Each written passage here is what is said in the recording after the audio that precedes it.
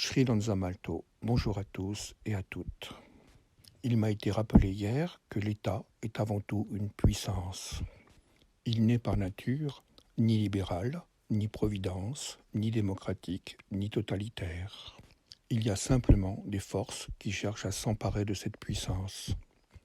Ces forces, installées aux commandes de cette puissance, vont manifester différentes facettes, libérales, démocratiques, totalitaires, sociale ou providence, selon leur propre intérêt. Pour simplifier, l'État fonctionne comme un engin de chantier. Il tourne tantôt à droite, tantôt à gauche, poursuivant le plan de terrassement social. Son seul objectif réel est l'augmentation de sa puissance. Il fonctionne comme un marchand d'armes, un marchand d'âmes, qui vend à tous les belligérants, espérant ainsi tirer plus de puissance à la sortie du conflit, ou vendant de la gratitude aux uns et de la peur aux autres. Dernièrement, l'État s'est reconstitué sur des promesses de rupture, après une posture libérale, autrement dit une posture de bourreau par rapport à certaines classes sociales, puis s'est installé récemment dans une posture de sauveur, manipulant les émotions collectives pour maintenir sa puissance, voire l'augmenter. Les deux émotions phares de cette instrumentalisation émotionnelle, ce sont la peur et la bonté. La peur d'être malade et de mourir est un virus infiniment plus mortifère que le Covid-19. Le discours hygiéniste omniprésent maintient en permanence cette peur. La soumission à l'assignation à résidence en est la conséquence politique concrète et a entraîné la mise en place aliénante de tous les masques. En contrepoint du discours sur la peur, nous entendons le discours sur la gratitude. Remerciements et gratitude pour tous les soignants, remerciements et gratitude pour ceux qui travaillent dans les métiers indispensables qui permettent à la marchandise de continuer à circuler, et comble de l'ironie et du ridicule, remerciements héroïques pour tous les assignés à résidence. Ce sont des paroles sans acte qui, dans ce monde inversé et retourné, se traduisent par des actes sans parole des soignants qui libèrent le champ de leur bonté vers les êtres. En réalité, cette bonté est une faille. En termes énergétiques, on peut observer la bonté comme une masse de fréquences qui se précipite lorsque elle est activée par une fréquence de souffrance issue du monde extérieur. C'est une compulsion, un automatisme visant à réduire cette souffrance qui est devenue insupportable pour la générosité et la bonté. La bonté est perte absolue du discernement. Elle considère par évidence, puisqu'il y a souffrance, qu'il y a une situation à soutenir, à améliorer, à aider. Elle ne perçoit pas la souffrance comme un simple état, mais la vie comme ce qui ne devrait pas être. Du coup, pour de nombreux soignants, la bonté est devenue la faille qui génère de l'épuisement, souvent l'irruption de la maladie et parfois même la mort. Elle ouvre la voie du sacrifice. Or, le sacrifice n'a jamais mené au sacré. Et il n'est pas utile de substituer ou de prolonger les fausses promesses de l'État par les fausses promesses des religions. Le sacrifice ne donne aucun bonus karmique, ne permet pas d'avoir des indulgences, ne crée pas un meilleur accueil par Dieu après la mort et n'installe évidemment pas l'être dans un paradis avec plein de vierges. Les paroles de l'État et les paroles du religieux visent toujours le même objectif, maintenir la personnalité dans l'impuissance à être.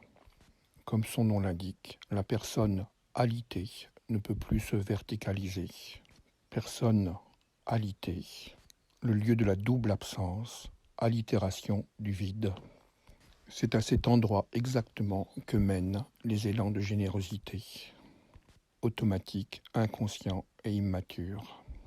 Combien d'entre nous sont restés dans des relations affectives par générosité, bonté, en ayant l'espoir que la situation s'améliore et que l'autre change, alors que nous n'étions effectivement pas à notre place.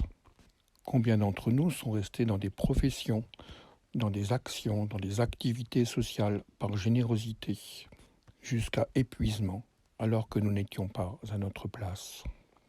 Combien d'entre nous sont restés dans des générosités familiales, sacrifiant nos rêves et nos espoirs à des êtres qui n'en demandaient pas tant, alors que nous n'étions pas à notre place. Autrement dit, la générosité se présente souvent comme une force d'auto-sacrifice qui maintient l'autre dans des structures infantiles. L'espoir que la situation change et s'améliore est encore ici ce qui galope dedans la personne alitée, faisant rêver à des histoires nouvelles et impossibles.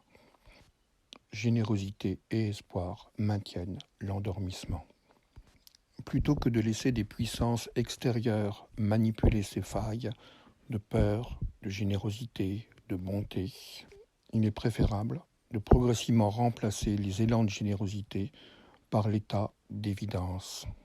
Cette évidence de faire ou de ne pas faire, qui provient des profondeurs de la conscience.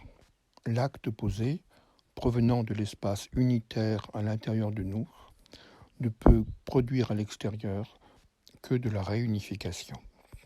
Alors que le couple duel générosité-souffrance contribue à maintenir l'état de séparation. Obéir à l'évidence qui surgit au sein de sa conscience, c'est aussi sortir de l'instrumentalisation de ses émotions par la puissance extérieure à soi et redonner toute sa légitimité à la véritable puissance de l'esprit qui agit dans les profondeurs de chacun.